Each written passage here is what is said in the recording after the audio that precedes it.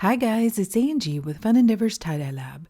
Today let's ice dye a denim jacket and let's use some wiffle balls to make some tall deep scrunches.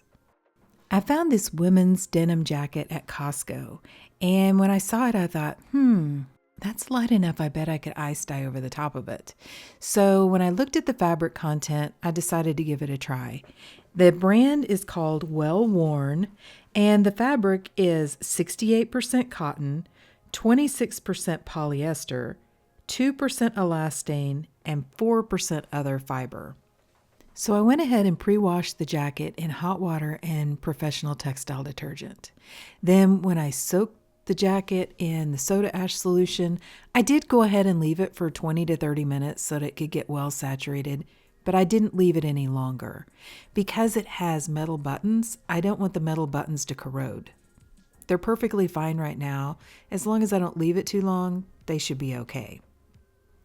I am going to take this jacket, place it inside of a plastic tote, and then underneath the jacket to give some dimension to the jacket or to make the tall deep scrunches, I'm going to use some wiffle balls.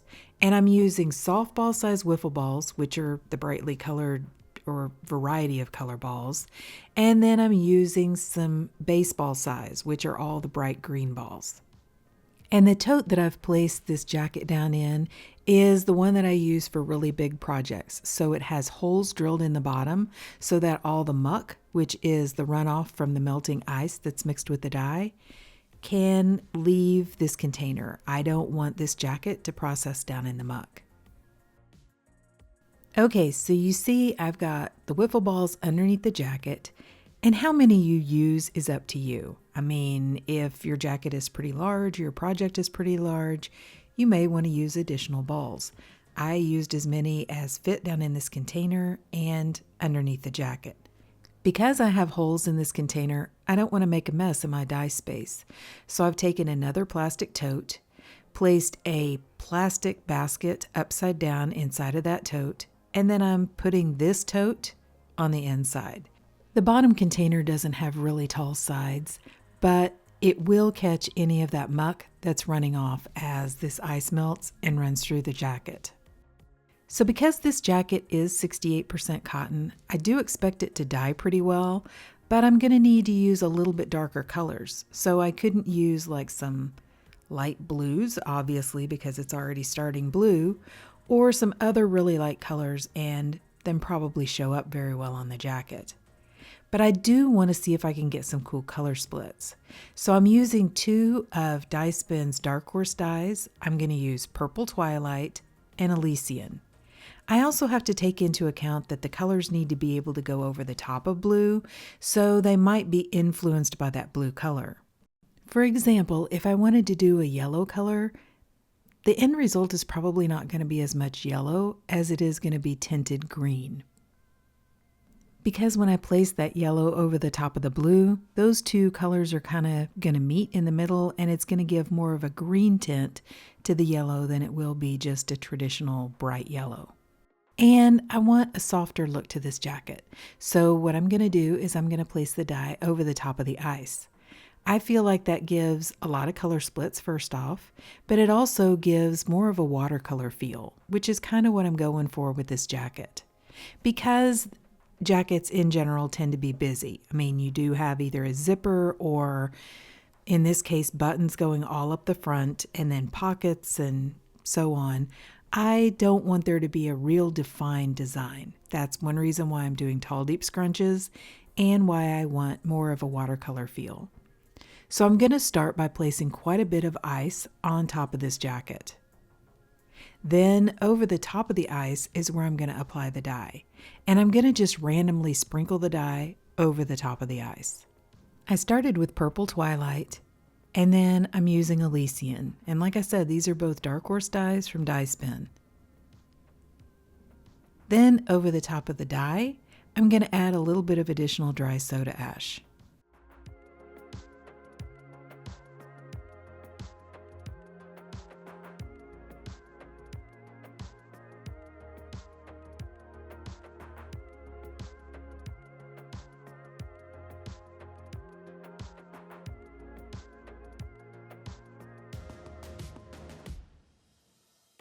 After adding the dry soda ash, I went ahead and placed this container aside and allowed the ice to melt. I've included some photos so you can see what the jacket looked like as the ice began to melt. And I think it's always interesting to see how the dye colors on top of the ice change as they begin to dissolve and the ice begins to melt. So after all the ice melted, I left the jacket for about 48 hours before I began rinsing it. To rinse the jacket, I took it to my utility sink and I began rinsing it in cold water to rinse out the soda ash. I also had just a little bit of undissolved dye left sitting on top, and I rinsed that out as well. Then I went ahead and warmed the water up to hot and continued rinsing in hot water to rinse out the excess dye that didn't bond with the jacket. Then instead of continuing to rinse for a long time, I decided to soak the jacket. And to do that, I placed some really hot water in my utility sink, added a little bit of Blue Dawn dish soap to the water, placed the jacket inside, and just allowed it to soak. When the water cooled off, I changed it out and I continued that soaking process until my water was remaining almost clear. Then I placed the jacket along with some Dharma's Professional Textile Detergent into my washing machine and I washed it using a hot water cycle.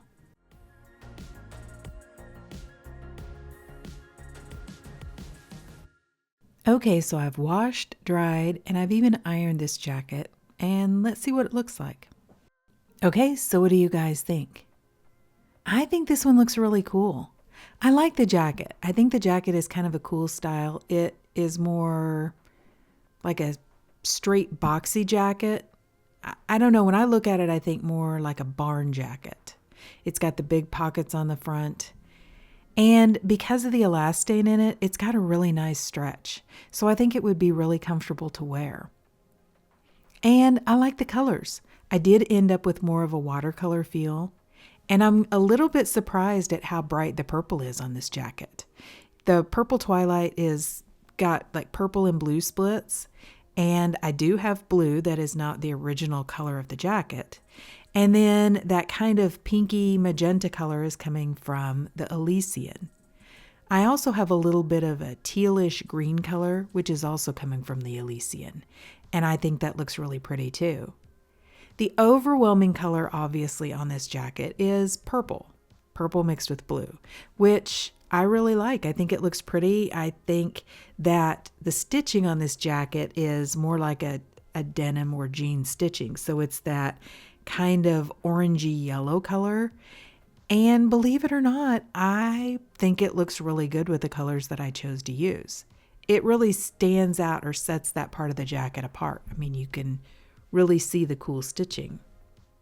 Sometimes when I use wiffle balls, you can see specifically where the wiffle balls were on the shirt or the item. And I can't see that so much on this jacket. And I think it's just because the fabric is so thick. However, I can see the result of the wiffle balls.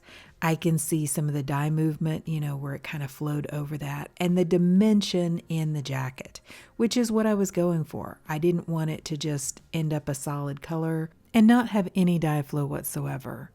It's a little harder to get a really pretty flow with something like denim.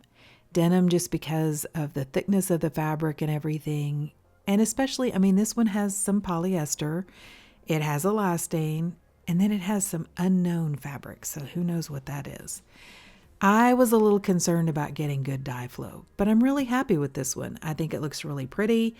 Love the dimension, love the colors. I like the style of the jacket.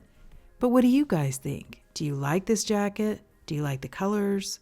Please drop me some comments down below and let me know. And if you've enjoyed watching the video, I sure would appreciate it if you would like it, and if you'd subscribe to my YouTube channel.